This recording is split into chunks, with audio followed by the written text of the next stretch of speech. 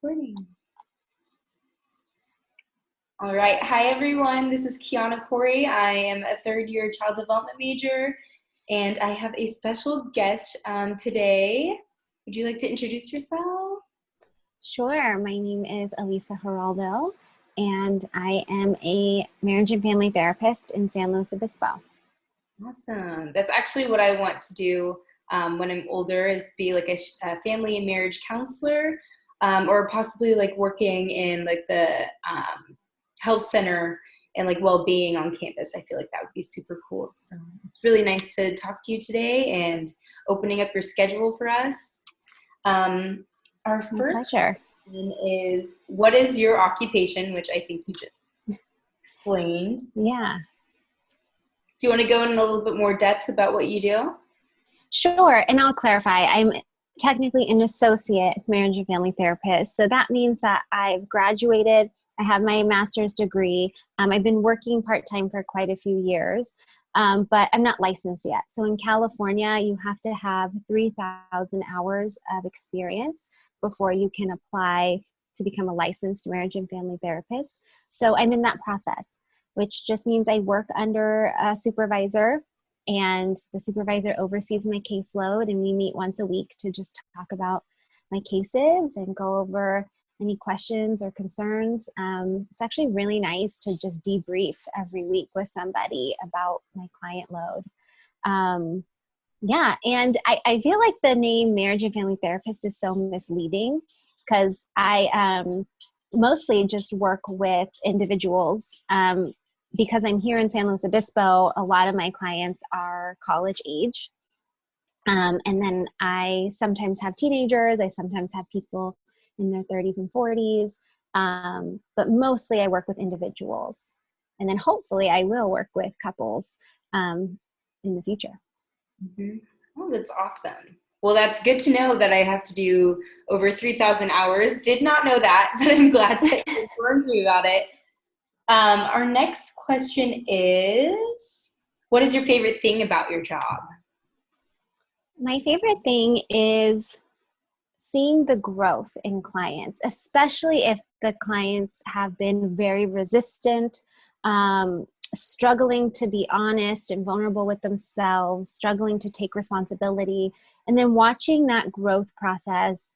And when something just clicks into place and they start to open up, and typically when that happens and they become more honest with themselves and start taking responsibility, the growth is immense.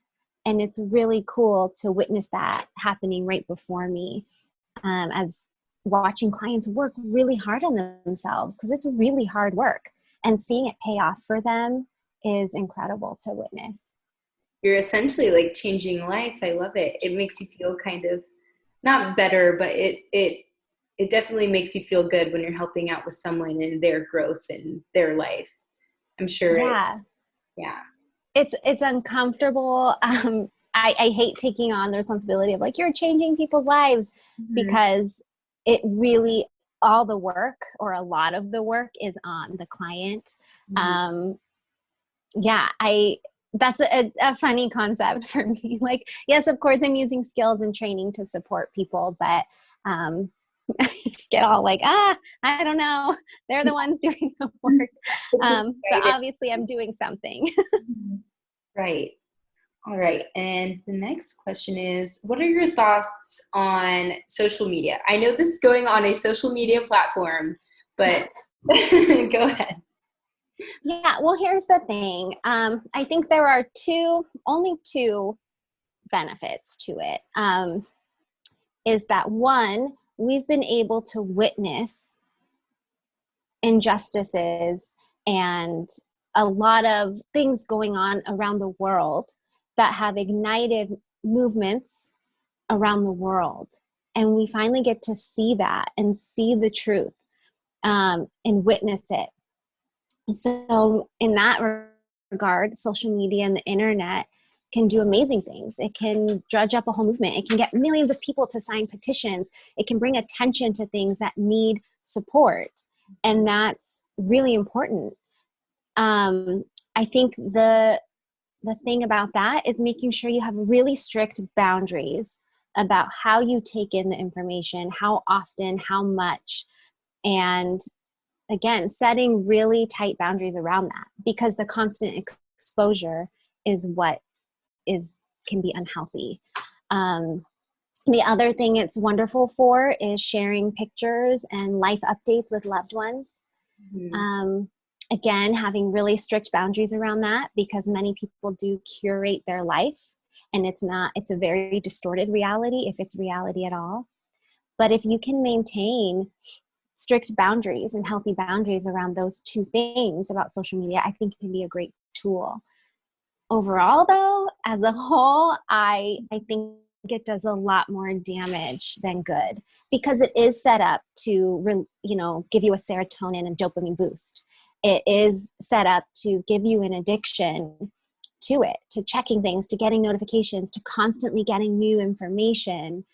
And a lot of these, like the influencers, curate their life, and it's very distorted, and you're either consciously or subconsciously taking that in. And then we start comparing ourselves.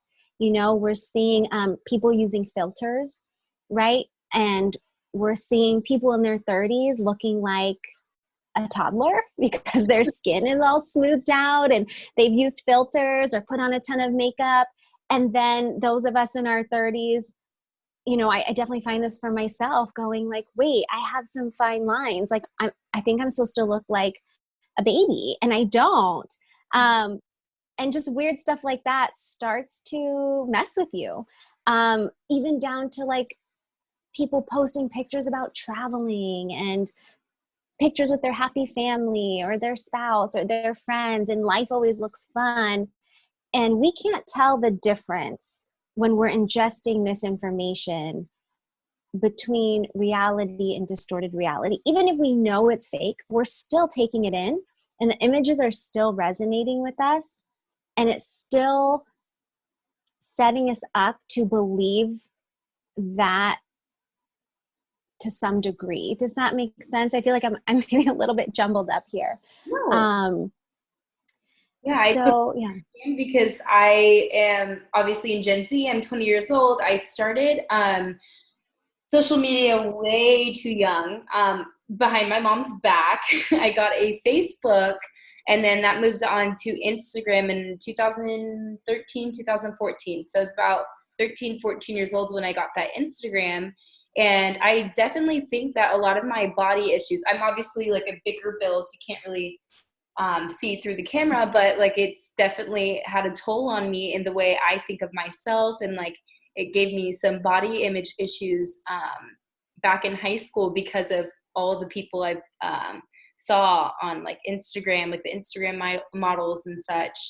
And then going back to like seeing the movement on social media, my coworkers and I talked about how beautiful it is to see all these things, and we're moving base from like a physical space into online and mostly on Instagram to like give out our information. But sometimes it could be truly triggering for a lot of Black folks that are on social media, because like, for example, we literally saw the death of George Floyd, and I know Ahmaud Arbery, like we got to see all of those deaths, and it could be truly triggering. So I feel like that totally could be a disadvantage being on Instagram. But it does help us with movement for sure. Right. And sometimes it feels impossible to avoid it. Like if you wanted to just go on Instagram to check in with people you know, if everybody's posting this newsworthy thing, it's hard to avoid. Again, with having those strict boundaries and knowing our limitations. And you spoke about having body issues. And yeah, that's exactly part of the problem, because the lack of representation and visibility. And then on the other hand, right, there are people that are becoming visible on social media and speaking out and showing up as their full selves and their real selves.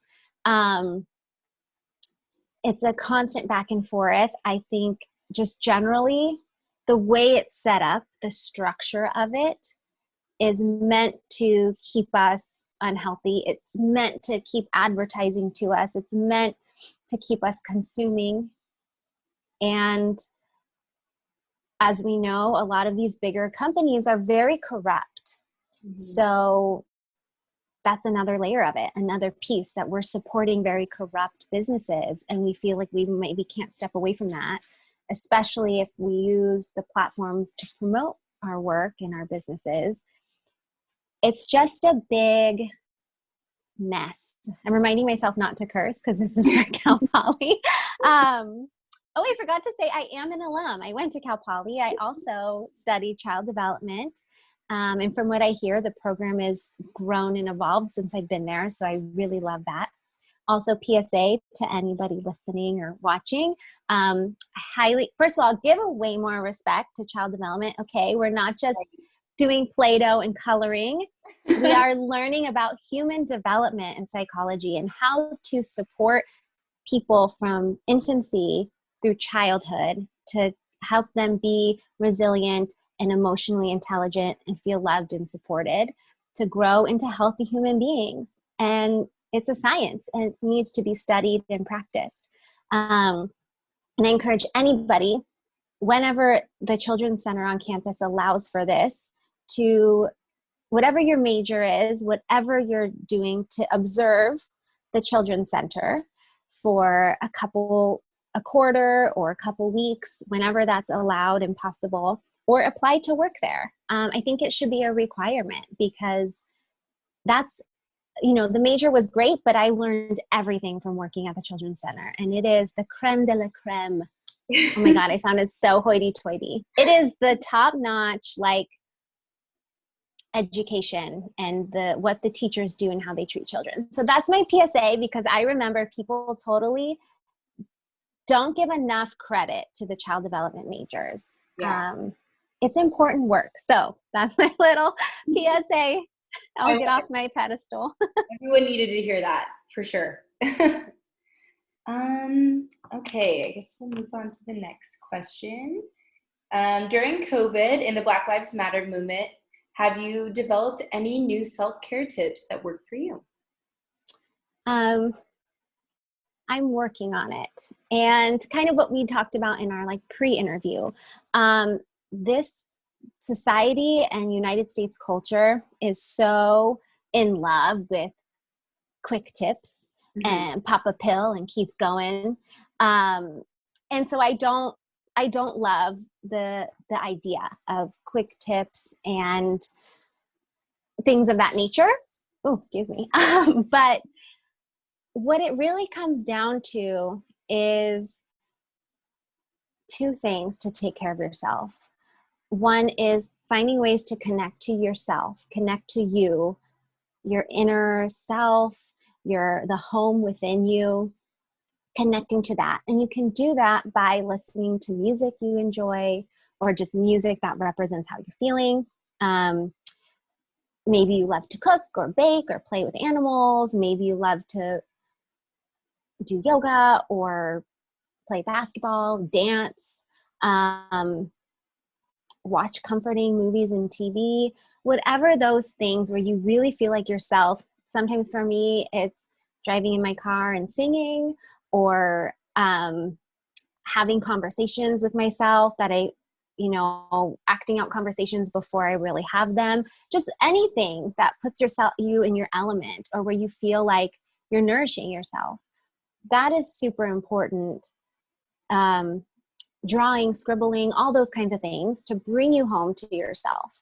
And then the second piece is being in community, whether that's picking up the phone and talking to someone that you love and who loves you, FaceTiming, or getting together in person in a COVID conscious way. Connecting with people in your community, however big or small, is vital for health. It could even be something bigger, like the food drive that took place a few weeks ago, where people were very COVID conscious and came together to do an act of service. So those two pieces are really crucial. And only then, if you're battling anxiety, depression, overwhelm, stress, trauma, whatever it is, it's really difficult to eat enough or eat well or sleep.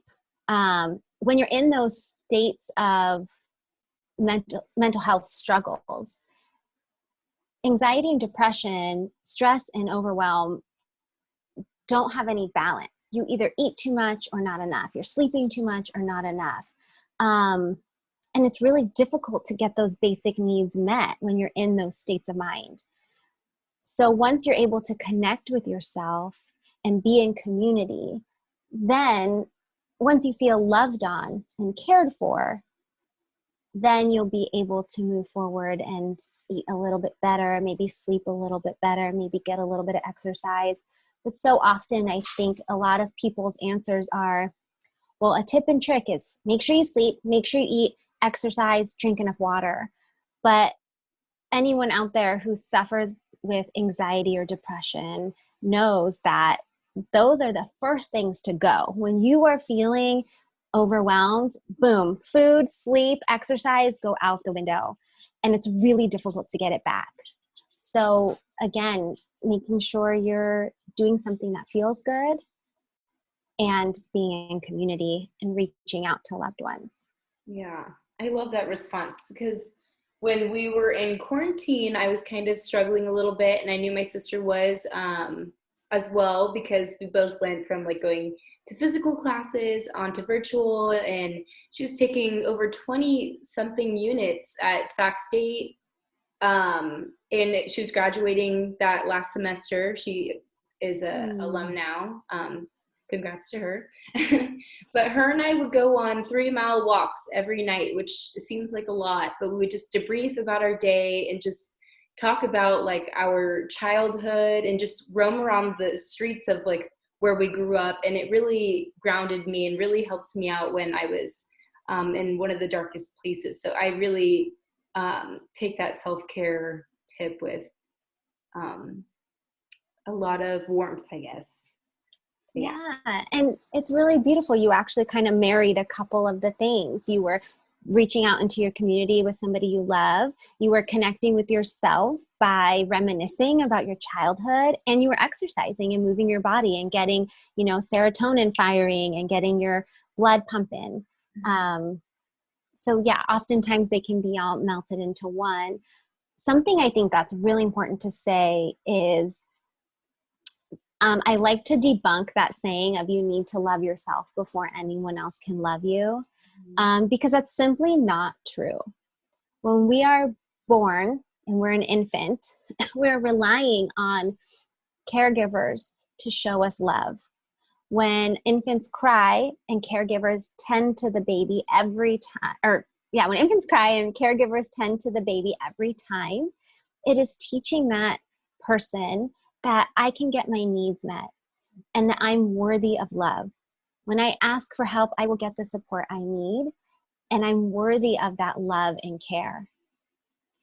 And that's the community holding that infant and teaching the infant their self-worth. And we don't ever really grow out of that. When we're struggling, we still need community to hold us and maybe to remind us, to help us bring us back to ourselves, to remind us that we're loved and cared for, especially when we're spiraling or we're in those uncomfortable feelings or in those big emotions. It can be difficult to love on ourselves, especially if we're going through a hard time. And we need community to remind us and to hold us. And I think that's really important to say, and for people to know that you don't need to love yourself before you're capable of loving other people, because that's just not how life begins. And there are entire communities in this world that exist that don't experience anxiety and depression because they live communally and they live interdependently in community. And so there's so much support there that scientists in certain communities haven't found anxiety or depression to be an issue in those specific communities. And that just goes to show how important being social and in community really is. And that's obviously something we're really struggling with due to COVID. But I think the culture here anyway is very isolated, even in the absence of COVID. It's a very isolated way of living. I really love that response because my whole life I've been told like you need to love yourself before loving others. And I even took the Myers-Briggs program test, and I scored 100% extroverted. And I definitely need like that community to like bounce off of people's ideas and things like that. So it's nice to hear that community is so important, and that's how you develop that love for yourself is through others. So I'm really happy that you mentioned that for everyone at home to hear. Right. And I guess I should make a distinction. You know, there is codependency, right? Like it's a different, having people love on you and nurture you to help you regain that sense of self and belonging is different than, I don't know what I think about myself. I need to know what others think so that I know what I think. So I just want to make a distinction. Turning to others to know how they feel and what they think before you know yourself, that is codependency. It's one of the many types of codependency. So I'm not talking about that. I'm not talking about that portion of it, but it's more of the tender love and care that we need from people who do love us and care about us. Like I personally went through a really rough time a couple years ago. I had severe anxiety and then I developed depression. It was actually due to a major shift in hormones after I stopped nursing my son. So another PSA, women, girls, keep track of your hormones throughout your whole life, from pre-pubescent through until menopause is over, just constantly checking your hormones. And after nursing, that's a major shift. So I didn't know that that was the cause at the time. So I spent quite a bit of time feeling worthless. I didn't want to be here. I didn't want to exist. The pain was so horrible. I just wanted it to stop.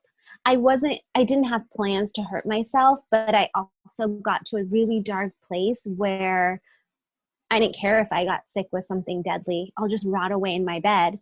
But the only thing that kept me holding on and that I had hope was I had my son, who loves me so much and needs his mom, and my husband.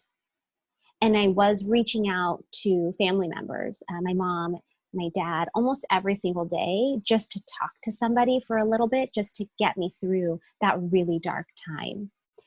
So again, community. I knew that my son needed me. My husband loves me so much. I don't want to hurt them. So that kept me going. And then that kept me motivated enough to reach out and seek professional help.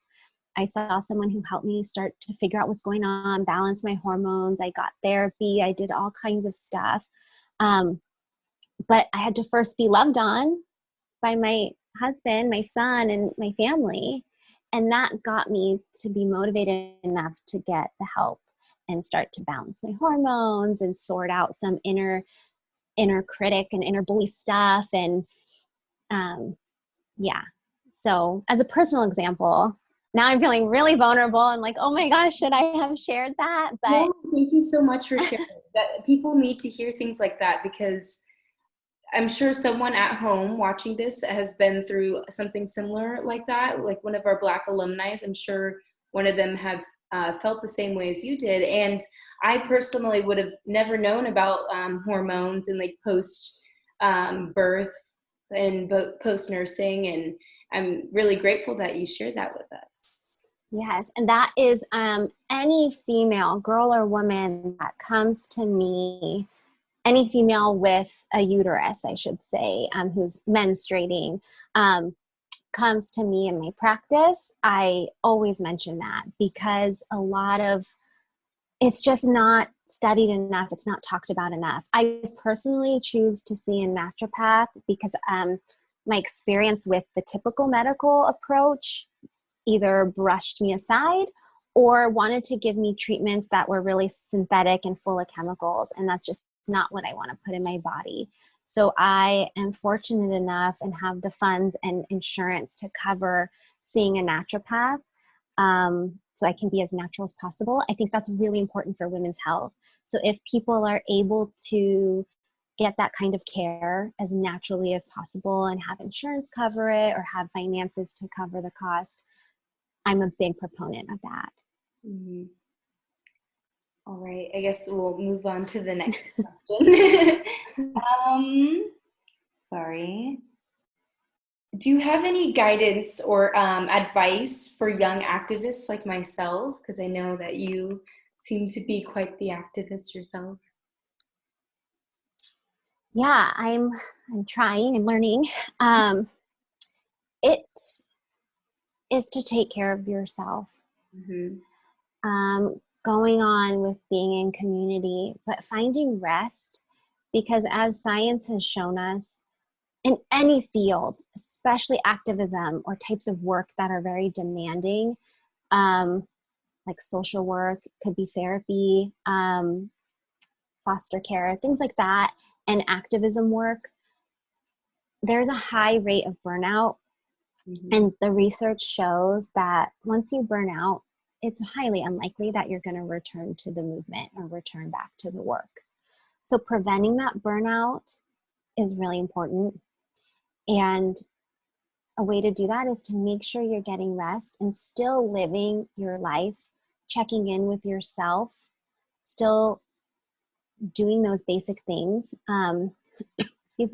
like spending quality time with people, going out dancing. Well, I guess in COVID you can't really dance, but maybe with COVID conscious dance in your house if you're all, healthy and COVID negative.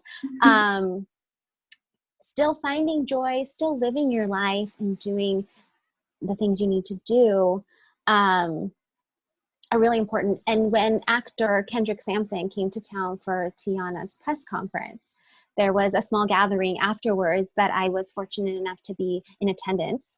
And he shared a message with us that somebody had shared with him. And it was that, yes, the movement needs you. The movement needs and wants as many people as it can get, and that's incredibly important and helpful. Also, the movement moves on without you. The movement will keep going without you.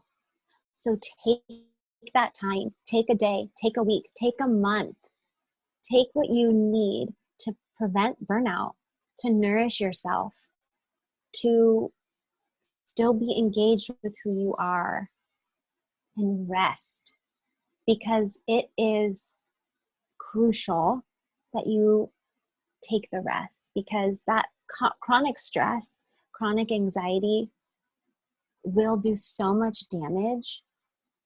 So you have to take care of yourself. Otherwise, you will become useless in the movement, and it's highly likely you'll burn out and not return. And then you're not part of it at all. So really honoring yourselves is incredibly important. And something I'm going to learn more about is being sure to complete the cycle of stress. And Brene Brown's podcast, she just had, I believe, 2 maybe psychologists or doctors on that talk about completing the stress cycle. That would be a great resource to listen to for everyone to kind of learn how to complete the stress cycle for yourselves. Yeah. So that it doesn't stay stuck in your body. So that it fully processes and releases, so that it doesn't stay stuck and start to manifest in all kinds of damaging ways. When you first told me about, in our pre-interview, when you first told me about how the movement will go on without you kind of situation, I just had absolute chills when you told me, because I started doing my own protest up in the Capitol in Sacramento, and then I came down here and I just completely burned out personally, and I realized that the movement did go on without me in San Luis Obispo and in Sacramento, and I just needed to regroup. I needed to move into my new house, and now I feel like I'm back on track, especially being with bass, and I definitely needed that time off, you can say, and it really repowered me, rejuvenated me, I guess. But yeah. Right. Yeah, and that kind of reminds me of that it's not solely on your shoulders as a Black woman to carry that. right? We need other people to hold that and to push the movement forward and to demand justice and demand policy changes. It cannot be on the BIPOC community. I guess with the caveat, like, of course, not everyone in the BIPOC community is experiencing the same injustices and treatment as the Black community or as the indigenous community or as the Latinx community. So, yeah, my mind trailed off a little bit, but yes, it's not solely on your shoulders. And absolutely, thank you to Kendrick Sampson and the person who told him that the movement moves on without you, and it gives us permission to rest. Mm-hmm. We have to rest. We have to take breaks, or we will be in a puddle on the floor and rendered useless. And then we can't have that happening. Exactly. Okay, and the next question is, what are some good questions to ask in therapy? I know we talked about this in our like pre-interview about how it's really important to come in with certain questions so that you can grow as a person when going through therapy. Yeah, so therapy is another great tool for activists and just young people in general. Currently, checking with insurance, looking for a sliding scale therapist, and I can talk more about that. Also, group therapy is an affordable option as well. I know that Cal Poly has services on campus. Mm-hmm. So, questions to ask. First of all, every therapist should offer a free 30-minute phone consultation. If they do not offer that or they want to charge you, then just run away. Don't even entertain the idea for that person. I think also checking in on asking what their theory of practice is. What is your theory of practice? What lens do you work from? And see how they answer it. You can ask them, what is your experience or training with cultural competency? And where are you in terms of being anti-racist? I think asking those questions straight up, the therapist should be able to handle that. And if you sense that they are not on the same page or not on the right page, then you don't have to choose to see them. But I do encourage people to ask those important questions because it matters. Yeah, I definitely love that response because in San Luis Obispo, in the county, we definitely lack a lot of BIPOC therapists. So when speaking to a non-BIPOC therapist, I feel like it's really important to make sure that you guys are on the same level with the anti-racist like movements and things like that. I think it's super important to know exactly where they're coming from and being straightforward so you get your bang for your buck. Right. And that you're taken care of and that you're going to be seen through a lens that sees you fully. And oftentimes, of course, ideally, you want a therapist who already understands your culture and your background and where you're coming from. It's still possible for a therapist to not 100% agree with that. I mean, not agree, not to 100% have experienced that or understand it, but to have some training in cultural competency, to do continued education, and to be able to hold space and to really listen. That is the important thing. That is what the validation, the healing, the listening. Yes, ideally, it'd be great to find a therapist who has the same background as you do, culturally, ethnically, racially. Even so, there's going to be a lot of variation in experience.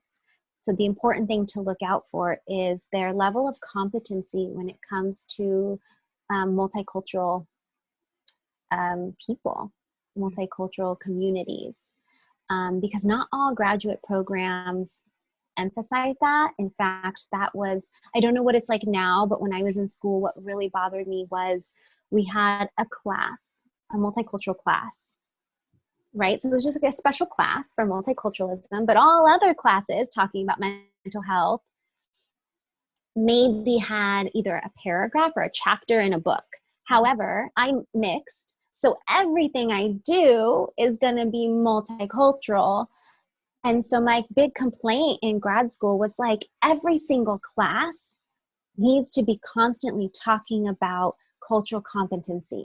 When we're studying modalities, when we're doing case studies, we have to always bring that issue to the table because it's not separated out.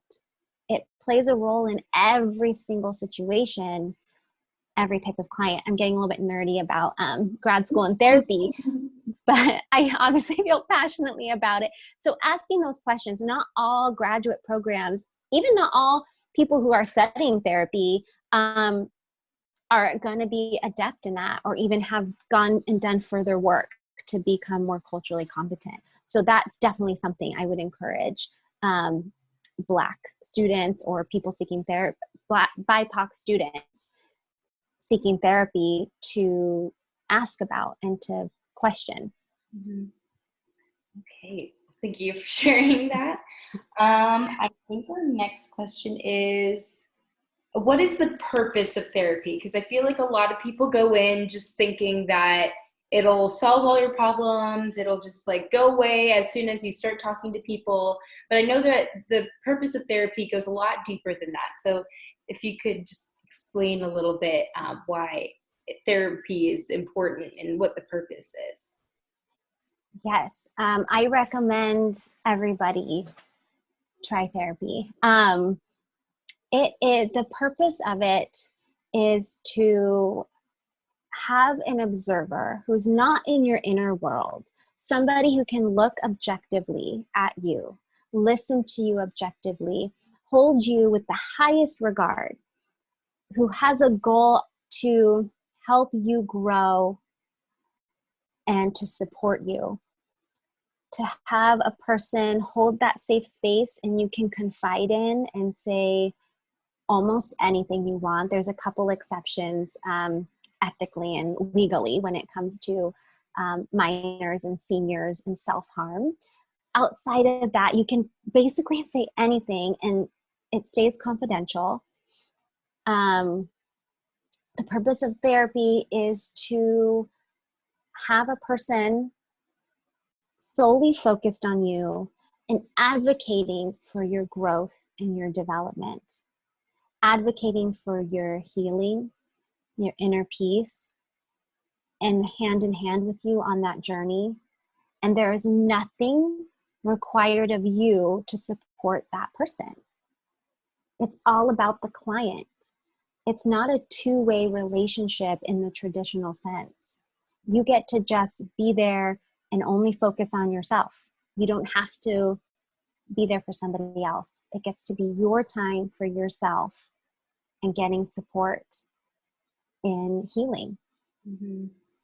Yeah, and it just makes it feel so authentic just talking to someone and expressing how you feel and maybe even some guidance while you're in there. And it feels like a lift off your shoulders. It definitely, I think therapy is 100% for everyone, and everyone should at least try it once in their life. I'm sure it's very helpful. Yeah. And finding the right therapist, Mm-hmm. excuse me, you don't have to, not everyone's going to be a good fit. Mm-hmm. Not everyone's going to have the training or be able to meet your needs. And so it's important to know that it's okay if it doesn't work out. If you find a therapist, you don't have to stay with them. And you have like a gut feeling that something's not right, I'm not comfortable, listen to that. Mm-hmm. Also pay attention to if you are uncomfortable and why, and not to shy away from telling the therapist that, you said something last week that didn't sit well with me, or I'm just feeling uncomfortable in session with you.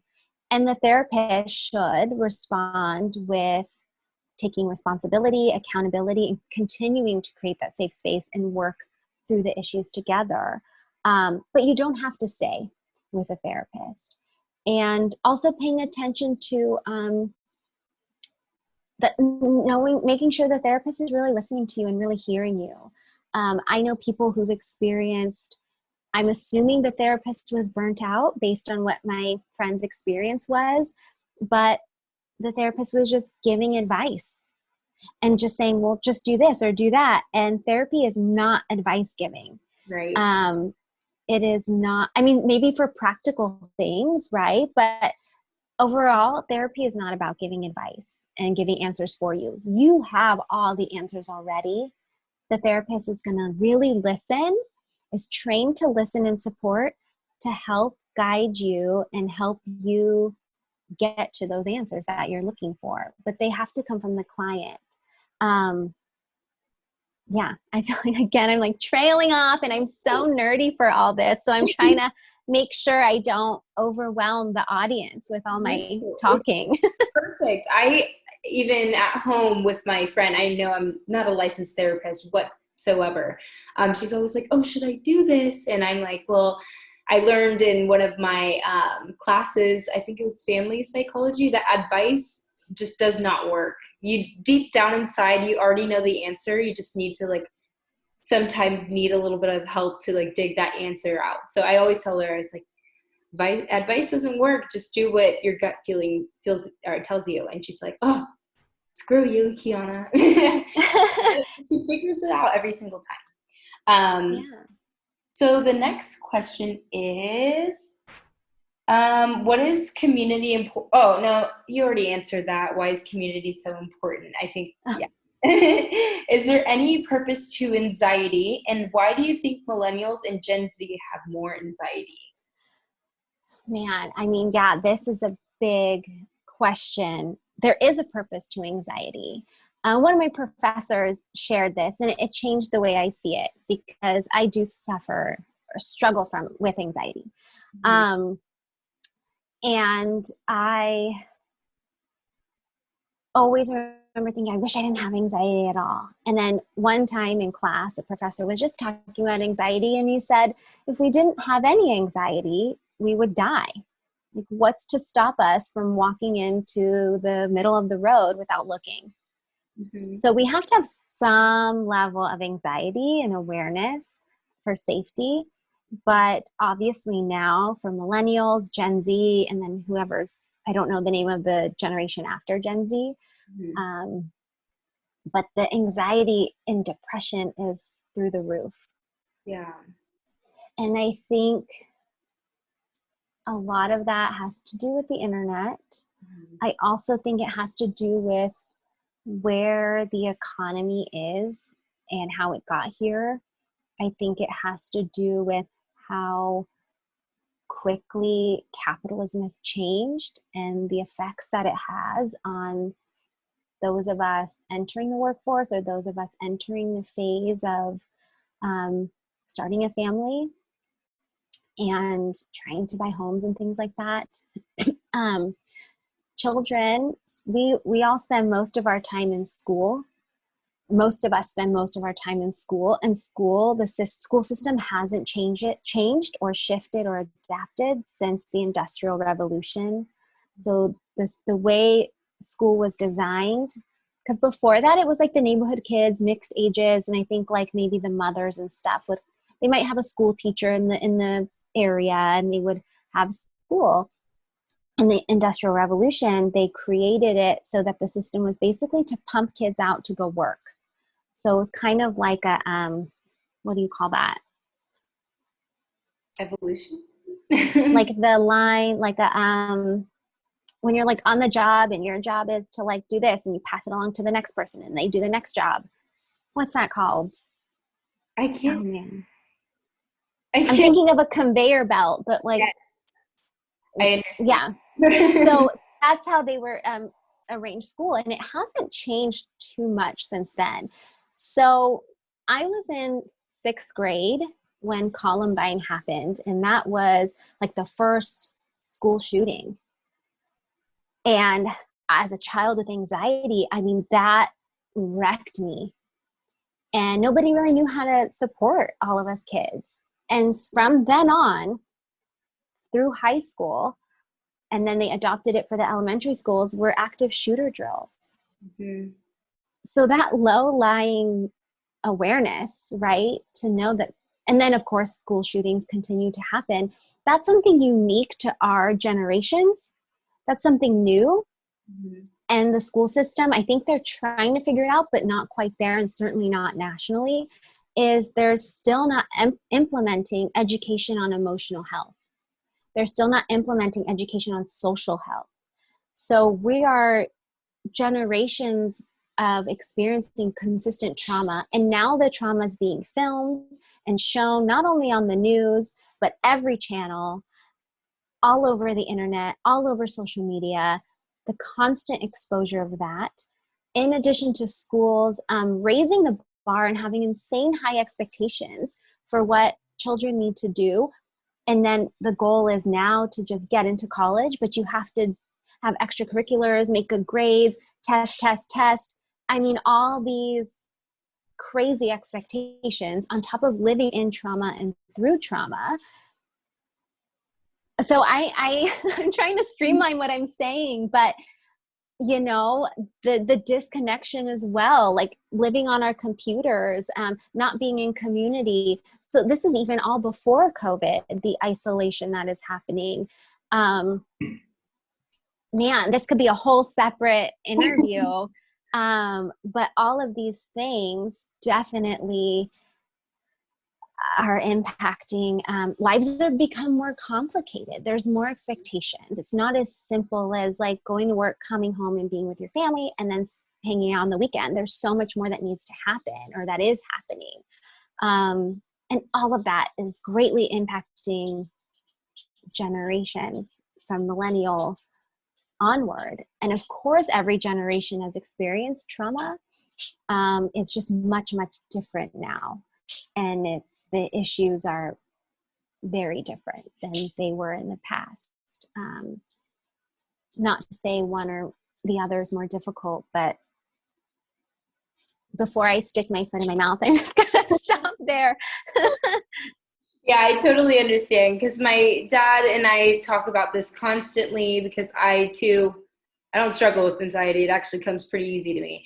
But my dad and I talk about it a lot, and how he kind of grew up with no anxiety, kind of just like played in the streets until the lights turned on situation, and how I was like raised off of like playing on the iPad for however long on, you know, like Candy Crush or like being on Facebook and Instagram and whatnot. So it definitely, I can see the difference between our generations compared to like my parents' generation. It definitely like makes a lot of sense, especially with social media going on and the trauma that we my stepdad, who's in his mid-50s now, we talked about this a lot as I was a teenager growing up, and he was saying like, I was a checker or a bagger at a grocery store, and I bought a house with my brother, and I was able to buy a car, like an old car, like a cool old car, you know? So he was able to just work this regular job and pay for everything he needed.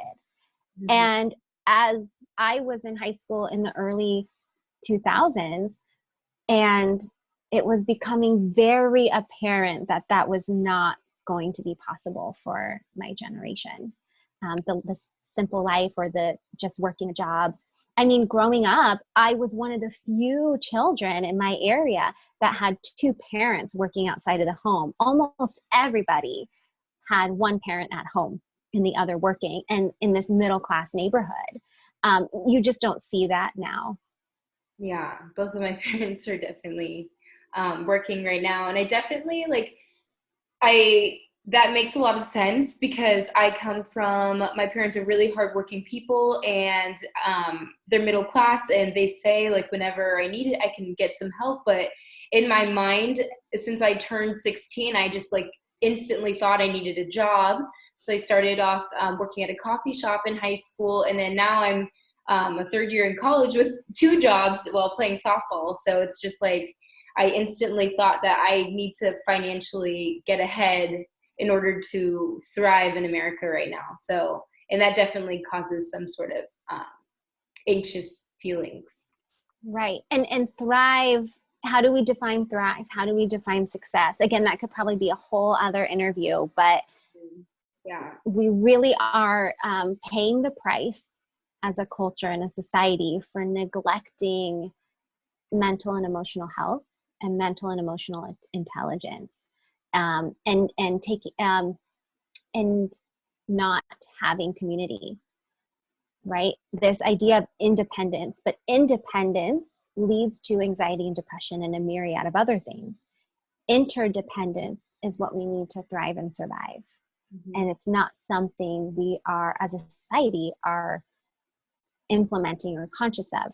I do have hope. I think it is growing. I don't know if it's growing in consciousness or awareness because I'm like in that field for my job and the podcasts I consume, and maybe that's just my world, or if it actually is seeping out to the masses and people are catching on to that the way we live has to change. Either way, I have hope, and I still have a dream that one day I will have a big piece of land and I can get all the people I love most and build houses on it, and we all just let our kids out. We just open the door and all our kids run out and play, and we hang out and drink tea on the porch and borrow sugar from each other. Will that ever happen? I don't know, but I hope it does. You and me both. Well, it's coming to the end of the hour, and I know you have a kiddo to take care of, so I don't want to keep you too long. Our final question is, well, no question, I guess just any final thoughts for allies. I know we were thinking about possibly doing another interview together, which I really hope we can get that done as well. But are there any final thoughts for allies or just any wrap-up statements you would like to have? Yeah, I think when we did our pre-interview, and then I had my husband ask me these questions before, I had a very intellectual response. But I had a conversation with my friend last night, and he's Black and he's gay, and we were talking about maybe people we know or friends we have that hadn't reached out to check on him, and just having big feelings about that.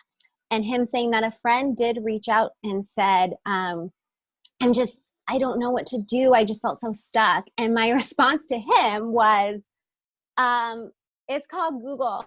Just Google it. I mean, really, the internet is there. Even something like, you don't know how to fix a toilet, look it up online. Mm-hmm. You don't know what to do to support BIPOC people or Black people or LGBTQ plus people. You literally can look it up online. So first step, if you just don't know what to do, Google it. And then maybe think about, for allies, like if I'm not seeing, posts about this or people talking about this, question or think about who you're following and why you're not getting this information. Because since May, that information is all over the place online. People are really posting a lot of educational stuff.